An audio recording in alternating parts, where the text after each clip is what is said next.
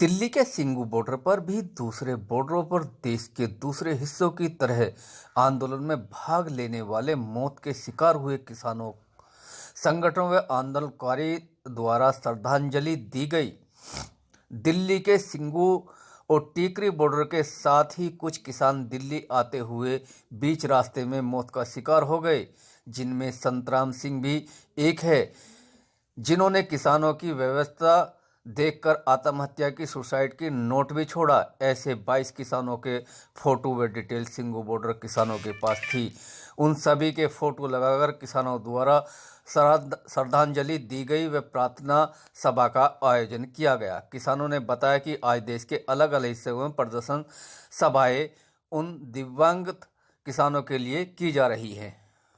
आप वाहिगुरु अकाल पुरख निरंकार पिता जी श्री ननकाना साहिब ते होर गुरुद्वारिया गुरुधामा दे खुले दर्शन दीदार सेवा संसारी साहिब ता रचिया राय देख तेग फतेह बिरद की पैज पंथ के जी श्री साहिब जी सहाय गुरु खालसा जी के बोल बाले बोलो जी वाहिगुरु वाहिगुरु साहिब जी बख्शो। संगठनों की ओर से ये प्रोग्राम पहले ही हमने बना लिया था, तो पूरे देश के गांवों में जहां जो भी अपने धर्म के अनुसार है, तो गुरुद्वारों में मंदिरों में जहां भी वो प्रार्थना करेंगे। जो दिल्ली आंदोलन में अलग अलग कारणों से, या तो ठंड के कारण रहे, या हादसा हो गया, या हार्ट अटैक हो गए, या अलग अलग कारण रहे।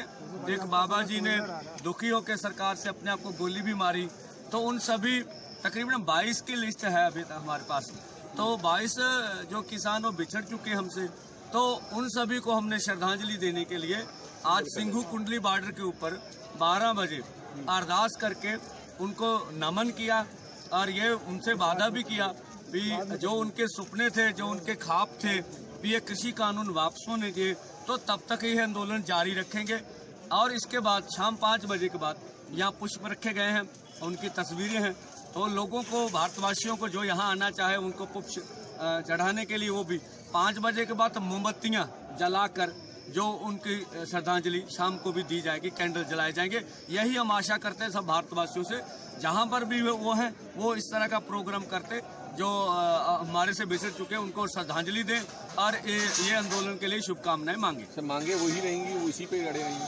अन्य देखिए, अड़े नहीं रहने, हम क्या अड़ सकते हैं, हम तो फरियादी हैं, फरियाद लेके आए हैं दिल्ली में। तो जो फरियादी को आवाज़ सुनने वाले हैं हमारे राजा साहबान, उनको सुनना चाहिए। हमने तो आज आपके माध्यम से फिर विनती करते हैं कि आप कृषि कानूनों को वापस लीजिए, ये देश की कृषि के लिए ठीक नहीं है, और इसका श्रेय आप ले लीजिए, हमें मत दीजिएगा भी किसान संगठनों का ये कुछ श्रेय है।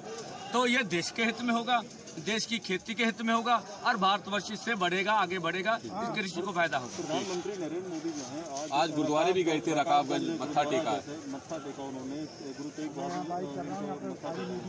तो आज के इस प्रधानमंत्री जाने में, अचानक जाने पर आप लोग का क्या है, दिल में क्या है उनके लिए? देखिए हर एक का हक है, कोई जहाँ जाके प्रार्थना कर सकता है, उनका जमहूरी हक है। पर अगर वो गए हैं तो अच्छी बात है, पर उन्हें गुरु साहब के विचारों से तो जानना चाहिए कि गुरु साहब की कुर्बानी, उस वक्त के जो हुक्मरान थे, जो किसी भी धर्म को मलिया मेट करके एक बात करना चाहते थे, तो वहाँ कुर्बानी हुई। तो जो इस तरह की शख्सियत के पास गए हैं, तो उनका हक बनता है कि जो जनता बोल रही है, जो जनता कहना चाह रही है, वो कह रही है, तो जनता की बात सुने। आप हमारे देश के चुने हुए प्रधानमंत्री हैं, और आपको हमारी आवाज़ सुननी पड़ेगी, क्योंकि हम आप ही के वोटर हैं, आप ही को हमने जिताया है। अगर हमें लगता है कि कृषि कानून हमारे हक में नहीं, तो हम तो यही आशा करेंगे प्रधानमंत्री जी हमारी बात सुने। सर नाम बता दीजिए एक बार।